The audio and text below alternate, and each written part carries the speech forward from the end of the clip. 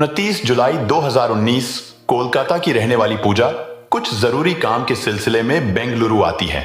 लेकिन अगले ही दिन इस अनजान शहर से वो बेहद रहस्यमयी तरीके से गायब हो जाती हैं। मिसिंग रिपोर्ट दर्ज होने के बाद जब पुलिस पूजा की तलाश शुरू करती है तो जांच में एक ऐसी जानकारी सामने आती है जिसे सुनकर इन्वेस्टिगेटर्स के भी होश उड़ जाते हैं। तफ्तीश में खुलासा होता है कि पूजा से अनजाने में एक छोटी सी नादानी हो गई थी।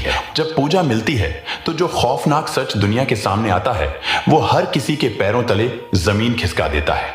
लेकिन इस केस की सबसे हैरान करने वाली बात पुलिस की जांच या कातिल की क्रूरता नहीं है, बल्कि वो सजा है जो इस कातिल को किसी कोर्ट ने नहीं बल्कि खुद ऊपर वाले ने दी।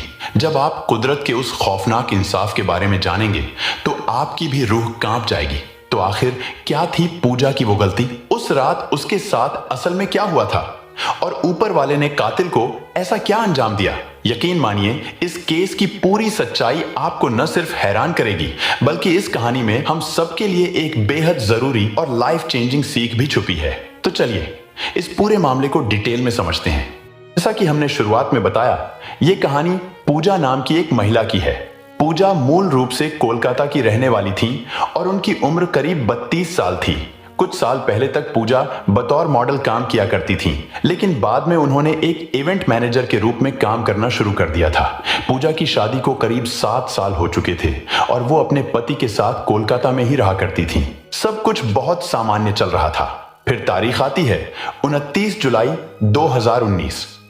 पूजा को अपने काम के सिलसिले में बेंगलुरु जाना पड़ता है। यह प्रोग्राम बेंगलुरु के परप्पाना अग्रहारा इलाके के एक होटल में होना था।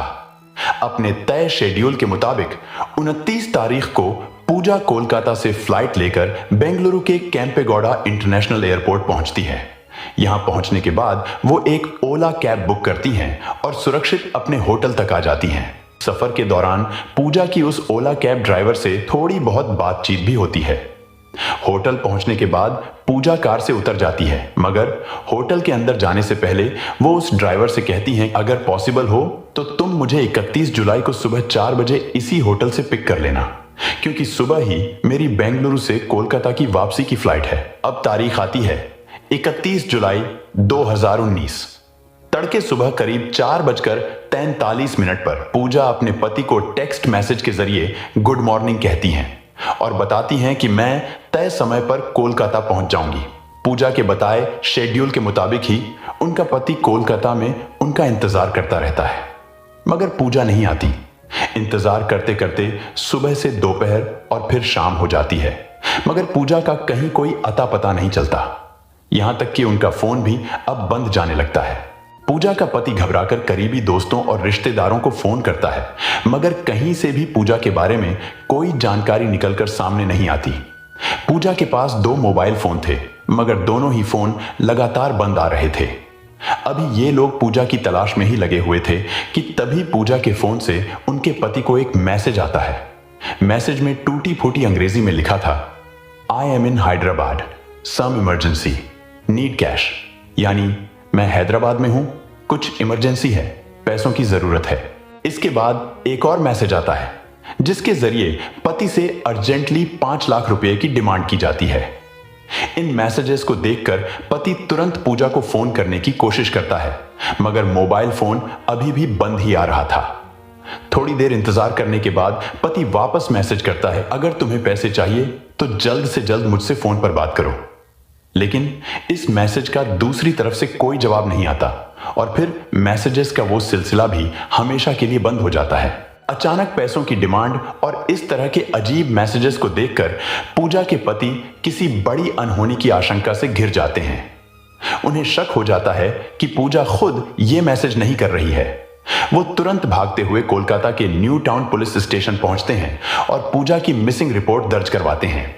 कोलकाता पुलिस मिसिंग रिपोर्ट तो दर्ज कर लेती है, मगर हैरानी की बात यह थी कि शुरुआत में इस रिपोर्ट पर कोई ठोस कार्रवाई नहीं की जाती है।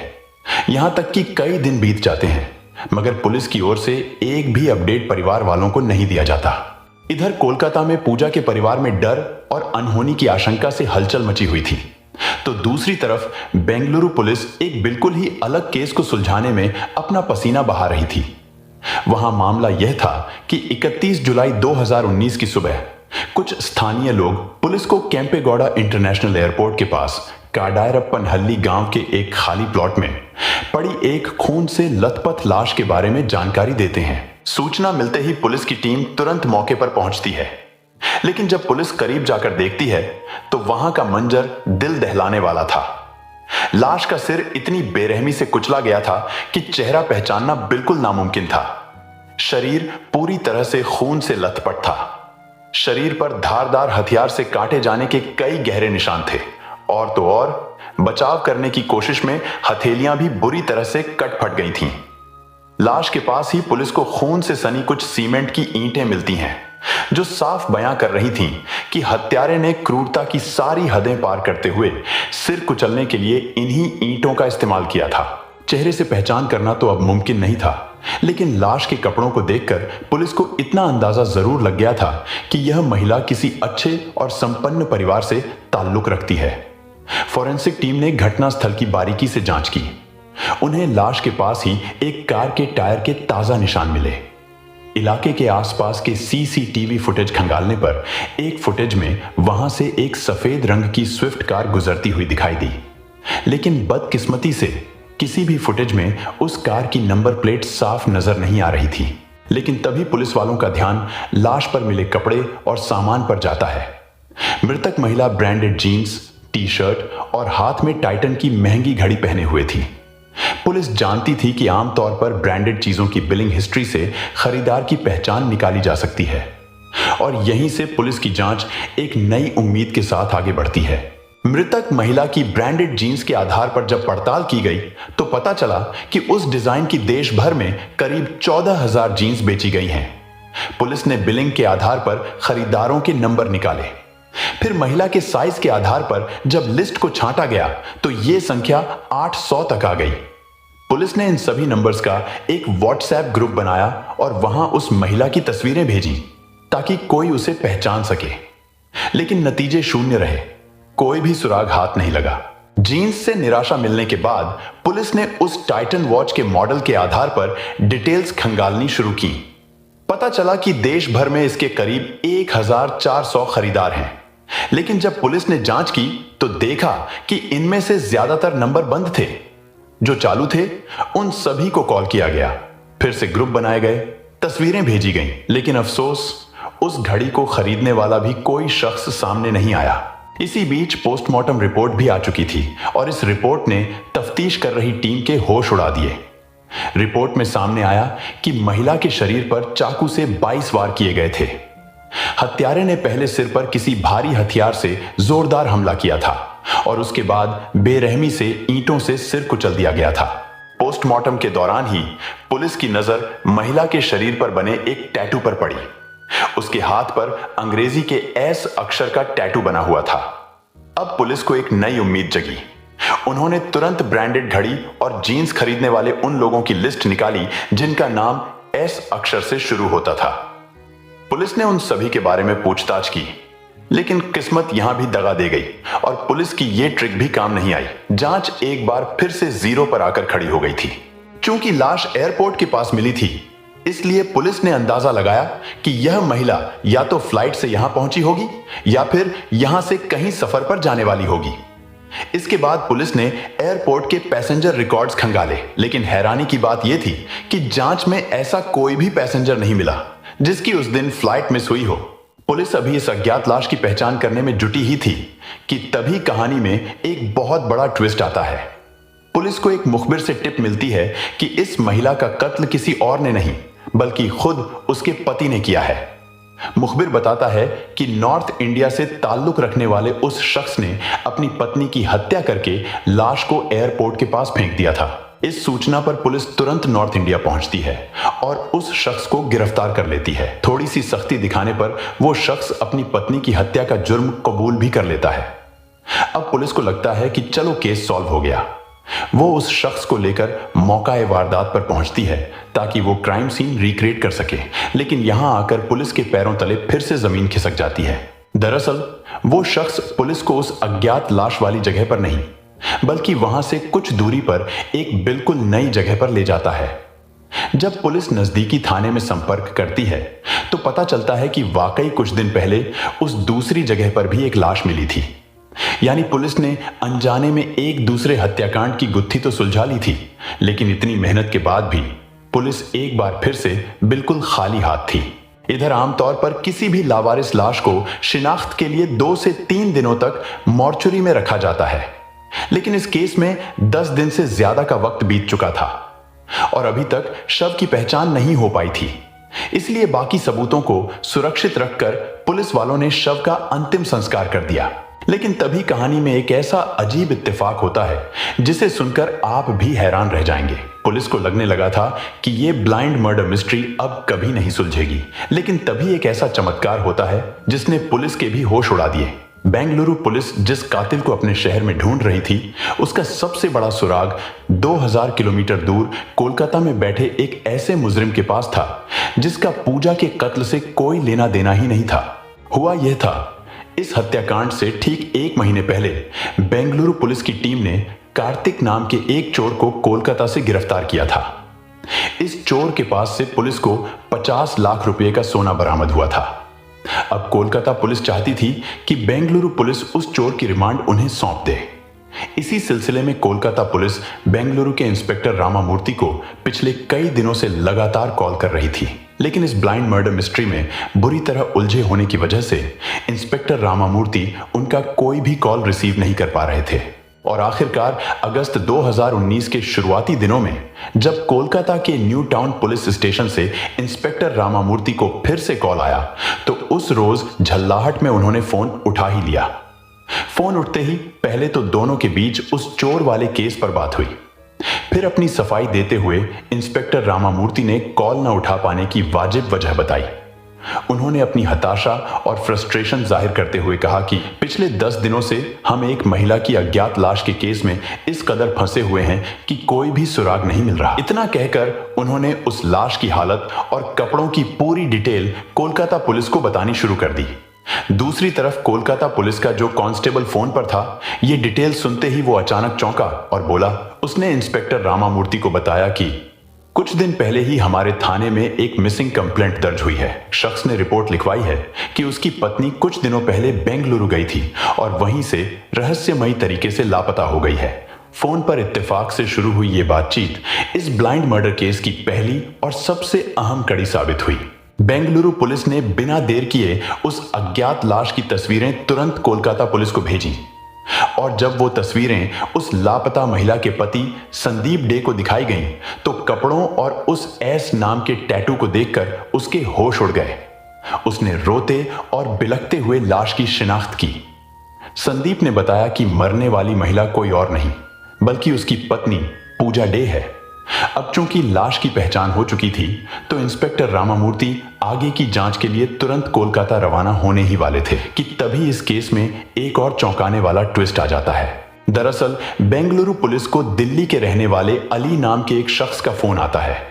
अली पुलिस को बताता है कि इन्वेस्टिगेशन के लिए व्हाट्सएप ग्रुप्स में जिस टाइटन घड़ी की तस्वीरें भेजी जा रही हैं, वो घड़ी असल में उसने कुछ समय पहले ही अपनी गर्लफ्रेंड को गिफ्ट की थी। और जब पुलिस ने उसकी गर्लफ्रेंड का नाम पूछा तो जवाब सुनकर पुलिस भी सन्न रह गई। अली ने अपनी गर्लफ्रेंड का नाम पूजा डे ही बताया था। उसने भी तस्वीरों के जरिए पूजा की पहचान कंफर्म कर दी थी। अब लाश की पहचान पक्की होते ही पुलिस ने बिना वक्त गवाए दिल्ली से अली और कोलकाता से पूजा के पति संदीप और उसके परिवार को पूछताछ के लिए तुरंत बेंगलुरु तलब कर लिया। बेंगलुरु पहुंचने के बाद जब पुलिस ने पूछताछ शुरू की तो सबसे पहले पूजा के पति संदीप डे का बयान दर्ज किया गया। संदीप ने पुलिस को बताया कि उनकी शादी को करीब 7 साल हो चुके थे, हालांकि उनका कोई बच्चा नहीं था। संदीप के मुताबिक पूजा पेशे से एक मॉडल थी और पिछले कुछ समय से इवेंट मैनेजमेंट का काम भी कर रही थी। अपने इसी काम के सिलसिले में पूजा अक्सर बेंगलुरु और दिल्ली का सफर करती रहती थी। जब पुलिस ने अली के बारे में पूछा तो संदीप ने साफ इनकार करते हुए कहा कि वो पूजा और अली के इस रिश्ते से बिल्कुल अनजान था। लेकिन जब पुलिस ने पूजा के परिवार वालों से सख्ती से पूछताछ की तो कहानी में एक नया पन्ना खुला। परिवार ने बताया कि पूजा और संदीप की शादीशुदा जिंदगी कुछ खास अच्छी नहीं चल रही थी। दोनों के बीच अक्सर अनबन रहती थी और लड़ाई झगड़े होते रहते थे। परिवार के इस बयान ने तुरंत पुलिस का माथा ठनका दिया। पुलिस ने सीधे तौर पर संदीप को ही अपने शक के दायरे में ले लिया। इन्वेस्टिगेटर्स को लगा कि कहीं ऐसा तो नहीं कि संदीप को पूजा और अली के रिश्ते की भनक लग गई हो और इसी बात से नाराज होकर उसने अपनी पत्नी की हत्या कर दी हो या फिर किसी और से करवा दी हो। दूसरी तरफ पूजा के बॉयफ्रेंड अली ने पुलिस को बताया कि एक इवेंट के दौरान उसकी मुलाकात पूजा से हुई थी। साथ काम करते हुए दोनों करीब आ गए और अच्छे दोस्त बन गए थे। अली ने यह भी बताया कि पूजा सिर्फ उसकी अच्छी दोस्त थी। शुरुआत में पुलिस को अली पर भी शक हुआ था, लेकिन फिर पुलिस ने यह सोचकर उसे शक के दायरे से बाहर कर दिया कि अगर अली ने ही हत्या की होती तो वो खुद सामने आकर पुलिस से संपर्क क्यों करता। अब पुलिस ने पति संदीप डे के खिलाफ सबूत जुटाने शुरू किए। इसके साथ ही पुलिस ने पूजा के मोबाइल नंबर की लोकेशन और कॉल डिटेल्स के जरिए उन जगहों पर पूछताछ शुरू की जहां वो अपनी मौत से पहले गई थी। जांच में सामने आया कि पूजा 29 जुलाई 2019 को फ्लाइट से कोलकाता से बेंगलुरु पहुंची थी। एयरपोर्ट से उन्होंने ऐप के जरिए एक कैब बुक की थी और सीधे सिंगसांद्रा इलाके में मौजूद सहारा पवेलियन होटल पहुंची थी। पुलिस तुरंत उस होटल पहुंचती है और वहां के सीसीटीवी फुटेज खंगालती है। फुटेज में पूजा 29 जुलाई को होटल में चेक इन करती हुई साफ दिखाई देती है। होटल स्टाफ से पूछताछ में पता चलता है कि पूजा अकेले ही होटल आई थी।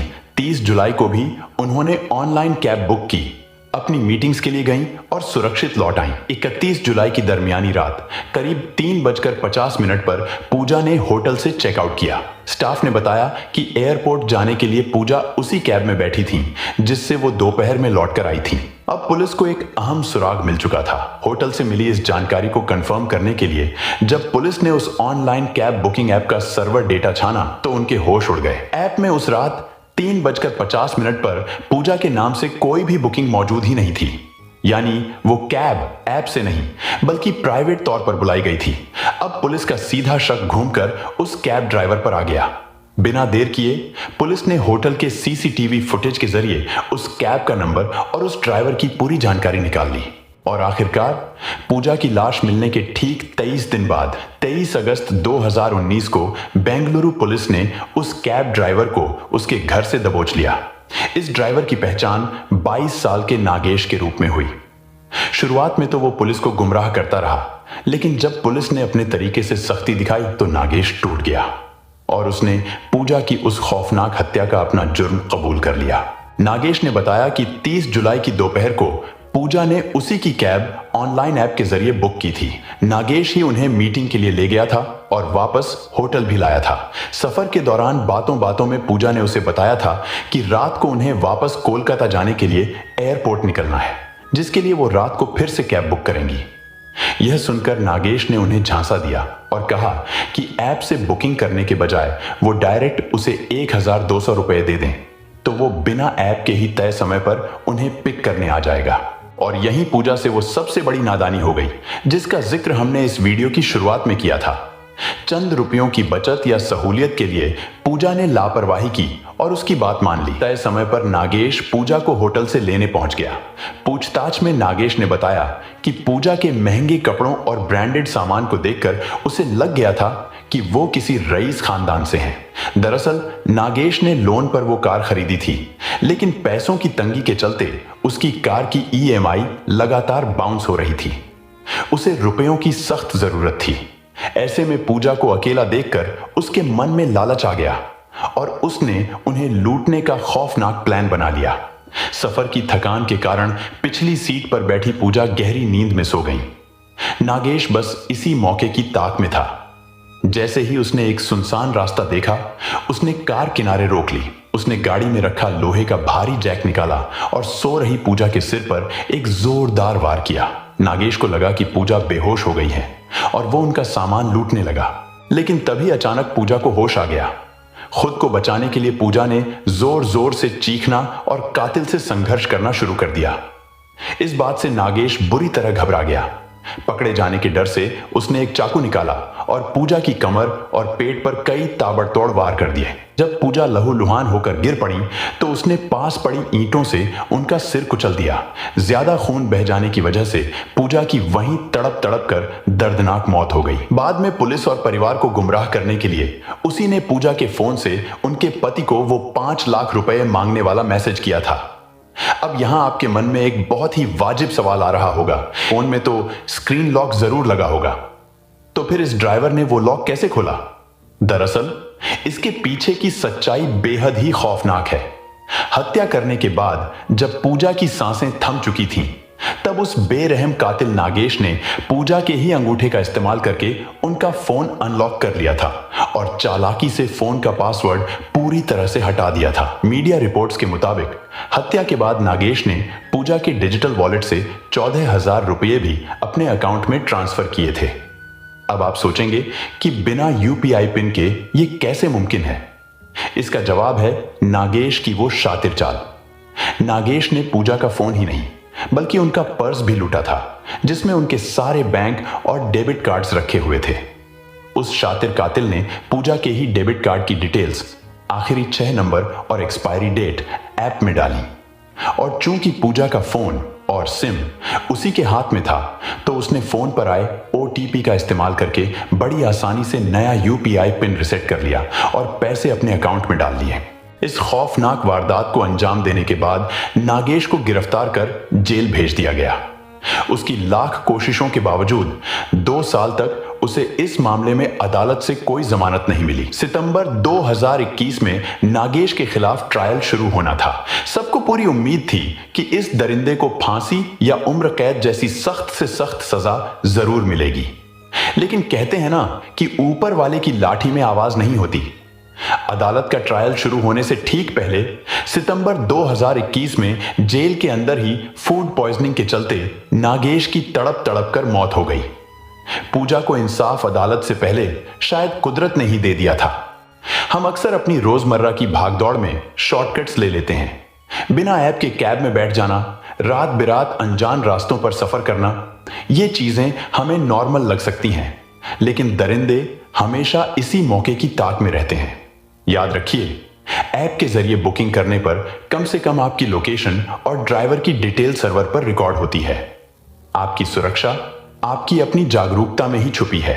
भले ही कातिल नागेश को अदालत से पहले कुदरत ने उसके किए की सजा दे दी, लेकिन जो जान चली गई वो तो कभी लौट कर नहीं आ सकती ना।